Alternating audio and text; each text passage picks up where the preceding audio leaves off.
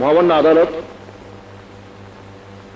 আমার মক্কেল মোসাম্মদ নাসরিন বেগম জহির তালুকদারের স্ত্রী। ওনার অভ্যেস নিজেকে সুন্দরভাবে সাজিয়ে রাখা, তাই তিনি সব সময় ঘরে সেজেগুজে থাকেন। কিন্তু ওনার স্বামী তা পছন্দ করেন না। নাসরিন বেগম সাজগোজ করলেই ওনার স্বামী ওনাকে মারধর করেন। কিন্তু বাংলার বধূ সমস্ত অত্যাচার সহ্য করে স্বামী নামের অমানুষটাকে ভালোবেসে সেই ঘরেই পড়েছিল, তাও সহ্য হলো না। এখন স্ত্রীকে তালাক দিতে চায়। তাই আমি বলবো, নাসরিন বেগমের স্বামী একটা অত্যাচারী নিষ্ঠুর পাষাণ। Objection your honour.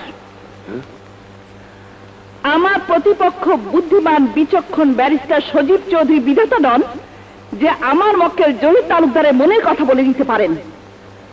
আমার মক্কেল জহির তালুকদার একজন খোদাভক্ত মুসল্লি, ভালো মানুষ, 5 ওয়াক্ত নামাজ পড়েন। আর এমন একজন মানুষ কখনো স্ত্রীর উপর অত্যাচার করতে পারে না। জহির তালুকদার যখন নামাজে বসেন তখন ওনার স্ত্রী ঘরে বসে ভিসিআর দেখেন, গান শোনেন। স্বামীর বারণ করলেও তিনি শান্ত। ইওর অনার, উনি যা বলছেন সব মিথ্যে কথা। আমার মক্কেল নাসরিন বেগম বিয়ের পর থেকে একদিনের জন্য স্বামীর সোহাগ পায়নি। পেয়েছে অবিশ্বাস, পেয়েছে সন্দেহ, আর হয়েছে অত্যাচারিত। মিথ্যে কথা, সব মিথ্যে কথা। মহামান্য আদালত, আমি আমার স্ত্রীকে কোনো দিন অত্যাচার করিনি। আমার স্ত্রীর সব কিছু মেনে নিয়ে আমি ঘর করছিলাম। কিন্তু যখন জানতে পারলাম সে দুশ্চরিত্রা, পরপুরুষের সাথে অবৈধভাবে মেলামেশা করে, তখনই আমি আমার স্ত্রীকে তালাক দেওয়ার সিদ্ধান্ত নেই। মহামান্য আদালত, আপনার স্ত্রী যে দুশ্চরিত্রা, তার কি প্রমাণ আছে আপনার কাছে, বলুন। মহামান্য আদালত, এ ব্যাপারে আমি নাসরিন চৌধুরীকে কিছু প্রশ্ন করার অনুমতি চাইছি। অনুমতি দেয়া হলো। Thank you. আপনার নাম নাসরিন চৌধুরী? জি। বাহ, আপনার ঘড়িটা তো খুব সুন্দর। কোথায় কিনেছেন? গুলশান মার্কেট থেকে। রিয়েলি? আপনার চয়েস আছে। কত দাম হবে? 1000? 1000 টাকা এই ঘড়ি? আসলে আপনি বোধহয় অনেকদিন ঘড়ি কেনেন না। এটা রেডু ঘড়ি। 10,000 টাকা দিয়ে ঘড়ি কিনেছি। ও তাই বলুন। বাবার টাকা দিয়ে কিনলে সবাই দামি জিনিস কিনতে পারে। বাবার টাকা কেন হবে? বাবার কাছ থেকে আমি 1 টাকাও নেই না। তাহলে স্বামীর টাকা দিয়ে নিশ্চয়ই? কি যে বলেন আপা, স্বামী কিনে দিবে 10,000 টাকা দামের ঘড়ি? 3,500 টাকা বেতনের চাকরি করে ও কিনে দেবে? আমি আমার টাকা দিয়ে কিনেছি। Thank you. আপনার মতো মেয়েই হয় না। শুধু ঘড়ি নয় আপা, আমার ঘরে যা যা আছে, TV, VCR, fridge, radio, tape recorder, সব আমার টাকায় কিনেছি। আপনার টাকা আসে কোত্থেকে? আমার বড়লোক বন্ধুরা। থামলেন কেন? বলুন। আপনার বড়লোক বন্ধুরা? না মানে মানে মানে না আপা, মানে মানে সত্যি কথাটাই আপনি বলে ফেলেছেন। আজ আপনার কথা প্রমাণ হলো। আপনি পরপুরুষের কাছ থেকে টাকা নেন, বিনিময়ে আপনি ওদের সাথে নোংরা ভাবে মেলামেশা করেন। অবজেকশন ইওর অনার, আমার মক্কেলকে হেয় প্রতিপন্ন করার চেষ্টা করা হচ্ছে। Objection overrule. মহামান্য আদালত, যে স্ত্রী ঘরের কাজকর্ম রেখে হোটেল রেস্তোরাঁ আড্ডা মারে, যে স্ত্রী পরপুরুষের সাথে নোংরা ভাবে মেলামেশা করে, সেই স্ত্রীকে নিয়ে কোনো আত্মসম্মান সচেতন স্বামী ঘর করতে পারে না। তাই আমার মক্কেল বিবাহ বিচ্ছেদ চেয়েছেন। মহামান্য আদালতের কাছে আমার অনুরোধ, এদের বিবাহ বিচ্ছেদ কার্যকর করার সপক্ষে রায় দেওয়া হোক। That's all your honour.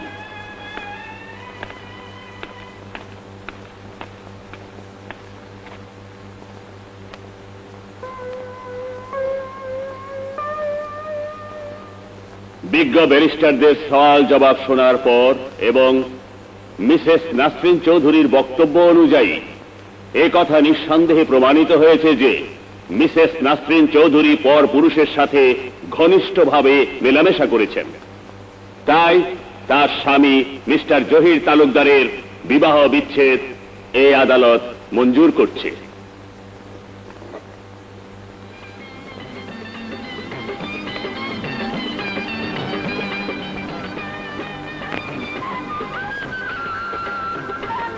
Thank you madam. Welcome.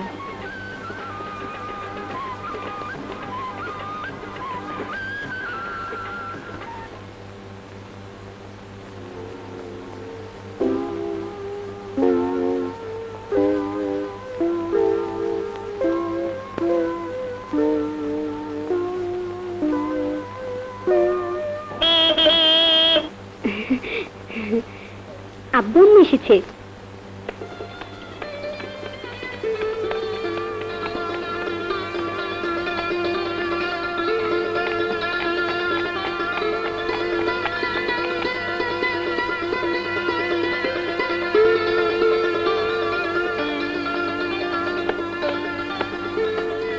শোনো আব্বু। শোনো আম্মু, আব্বুর মন খারাপ কেন? আজ আমার সাথে ঝগড়া করে তোমার আব্বু হেরেই গেছে, তাই মন খারাপ। যাও, তোমার আব্বুর রাত ভাঙা ওকে। যাও। যাচ্ছি।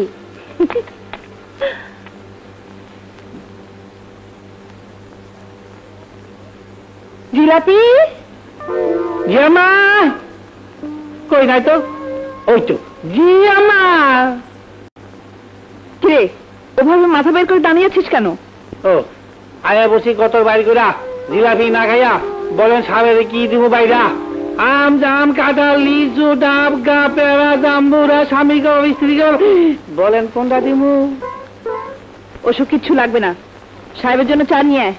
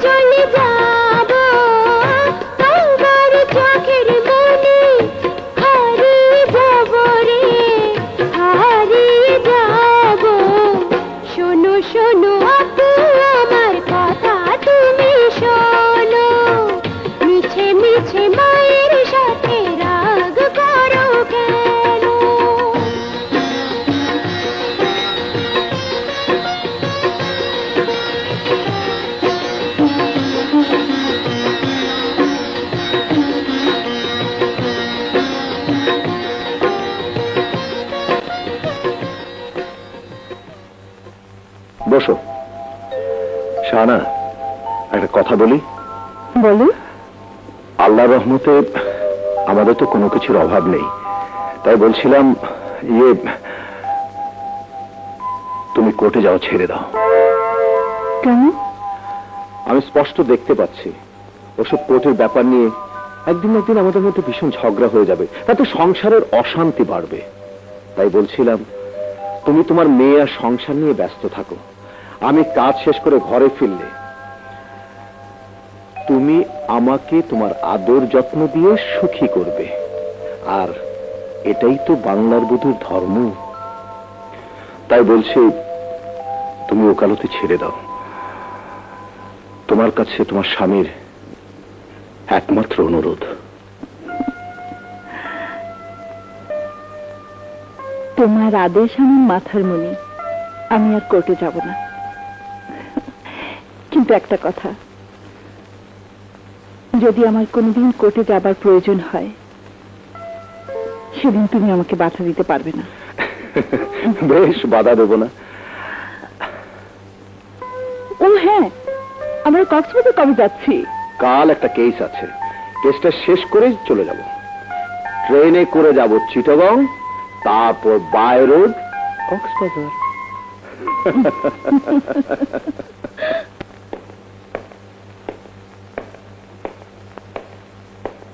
মিস্টার রহমান, আপনার বাবার সাথে রমজান মাওলার কি সম্পর্ক? আমার বাবার সাথে ওনার ব্যবসায়িক সম্পর্ক ছিল। কিসের ব্যবসা? তা আমি জানি না, তবে সেদিন আমার বাবার রমজান মোলা তাদের ব্যবসা নিয়ে কথা কাটাকাটি করছিল। তখন আমার বাবা বলছিল, তুমি আর আমি এই বিজনেসের সমান সমান অংশীদার, বিজনেসের লস হয়েছে, এখন তুমি তোমার টাকা চাইছো কেন? লাভ হলে লাভের অংশ নেবে, এখন লসের অংশ তোমাকে নিতে হবে। রমজান মাওলা বলল, কোনো কথাই আমি শুনতে চাই না, আমার টাকা যদি তুমি দুদিনের মধ্যে না দাও তাহলে আমি তোমাকে খুন করে ফেলবো। এই খুন করার কথা বলি রমজান মাওলা ঘর থেকে বেরিয়ে যায়। তখন আমি বাবাকে বলি পুলিশে খবর দিতে, বাবা বলে আমাকে তাই করতে হবে। পরদিন বাবা পুলিশের কাছে যাবে বলে ঘর থেকে বেরিয়ে যায়, আর ঘরে ফেরেনি। তারপর অনেক খোঁজাখুঁজির পর শহরের এক ডাস্টবিনের কাছে বাবার লাশ খুঁজে পায়।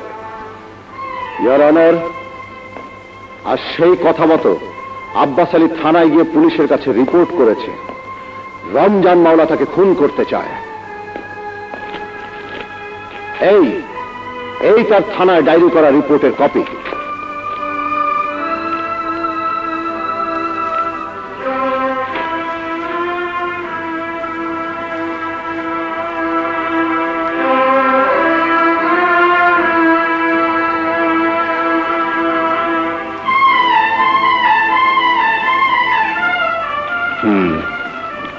ইওর অনার, হত্যাকারী আব্বাস আলীর বুকে যে ছুরিটি বিদ্ধ করেছিল, ভুল করে সেই ছুরিটি সেখানে ফেলেই চলে যায়।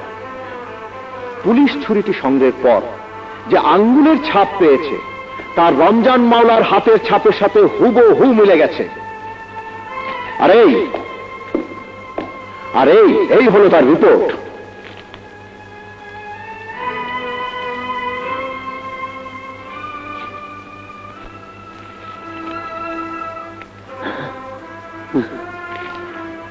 ইওর অনার, এই রমজান মাওলাই আব্বাস আলীকে হত্যা করেছে, এতে আর কোনো সন্দেহ নেই। তাই আমি মহামান্য আদালতের কাছে অনুরোধ করব, রমজান মাওলাকে যেন মৃত্যুদণ্ডে দণ্ডিত করা হয়। That's all your honour.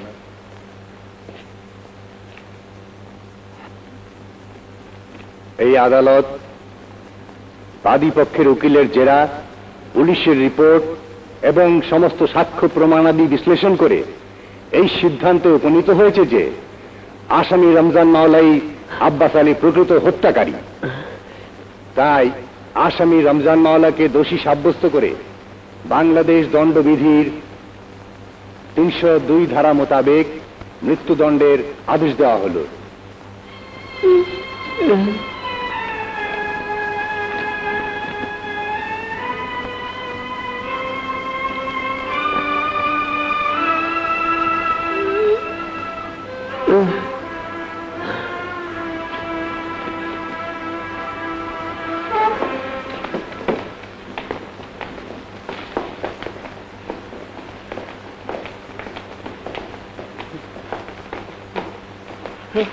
Thank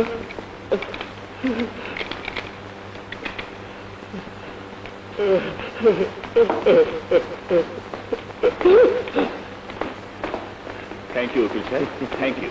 চলুন।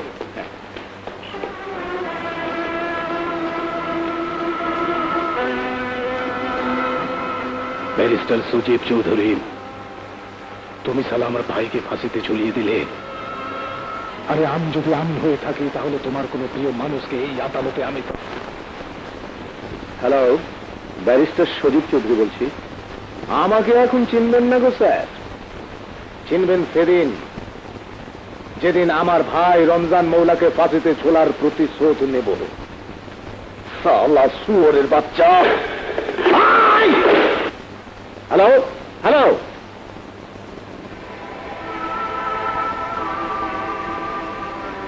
এখন থেকে তুই যেখানে যাবি আমি তোর পেছনেই থাকবো ব্যারিস্টার।